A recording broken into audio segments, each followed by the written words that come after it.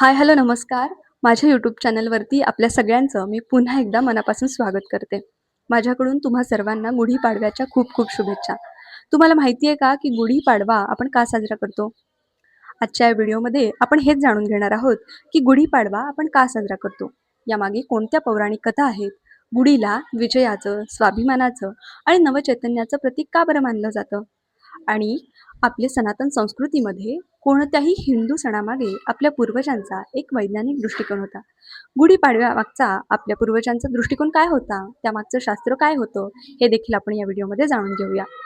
तुम्ही अजूनही माझ्या यूट्यूब चॅनलला सबस्क्राईब नसेल केलं तर लगेचच सबस्क्राईब करा आणि नवनवीन व्हिडिओजसाठी खाली जे बेल आयकन आहे त्याला क्लिक करायला विसरू नका. याच दिवशी प्रभू श्रीरामांनी वालीचा वध करून जनतेला त्याच्या छळापासून मुक्त केलं. आणि याच दिवशी प्रभू श्रीराम 14 वर्षांचा वनवास संपवून पुन्हा परतले होते.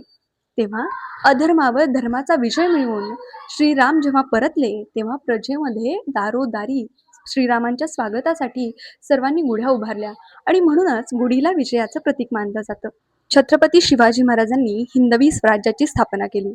छत्रपती संभाजी महाराजांनी हेच हिंदवी स्वराज्य, याच हिंदवी स्वराज्याचं रक्षण करण्यासाठी आपल्या प्राणाचं बलिदान दिलं. तो बलिदान दिवस म्हणजे गुढीपाडव्याचा आदला दिवस.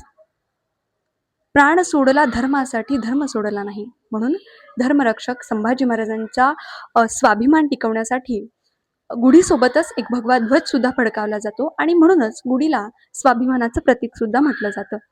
आख्यायिकांमध्ये असं सांगितलं जातं की ब्रह्मानी याच दिवशी सृष्टीची निर्मिती केली. हिंदू पंचांगानुसार आजचा दिवस म्हणजे नववर्षाचा पहिला दिवस मानला जातो आणि वसंत ऋतूची सुरुवात झालेली असते. त्यामुळे निसर्गाचं नवं जीवनचक्र सुरू झालेलं असतं. झाडांना पालवी फुटत असते, फुलं उमलत असतात आणि हा नवचैतन्याचा दिवस असतो. म्हणूनच गुढीला नवचैतन्याचं प्रतीक मानलं जातं. ऋतू बदल होत असतो, त्यामुळे आपल्या शरीराची इम्युनिटी पॉवर वाढवणं गरजेचं असतं आणि कडुनिंब हे अँटीबॅक्टेरियल असल्यामुळे ते आपली इम्युनिटी पॉवर वाढवण्यासाठी मदत करतं. कडुनिंब आणि गूळ हा नैवेद्य दाखवला जातो. गूळ ही शरीराची ऊर्जा वाढवण्यासाठी गुणकारी आहे. गुढीला आत्मशक्तीचं प्रतीक सुद्धा मानलं जातं. आत्मशक्ती म्हणजे काय? तर काठी म्हणजे आपलं मानवी शरीर. मानवी शरीर हे कर्म आणि धर्म करण्याचे साधन आहे. काठीवरचे वस्त्र म्हणजे त्या आत्म्याची ऊर्जा किंवा त्या मानवी शरीराचं सौंदर्य आपण म्हणू शकतो. त्यावरचे साखरेचा हार आणि त्यावरचे कडुनिंब म्हणजे कडू आणि गोड हे दोन्हीही आपल्या जीवनाचा अनुभव सूचित करतात. हे जीवन कदाचित थोडं कडू असेल, कदाचित थोडं गोड असेल, पण वरचा तांब्या म्हणजे जे शिखर आहे ते तुम्हाला हेच सूचित करतं की तुम्ही जेव्हा धर्माच्या मार्गाने जाता तेव्हा यश हे नक्की तुमचंच आहे.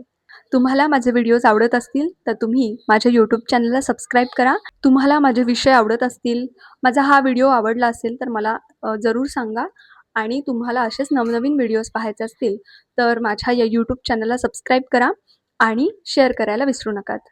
थँक्यू.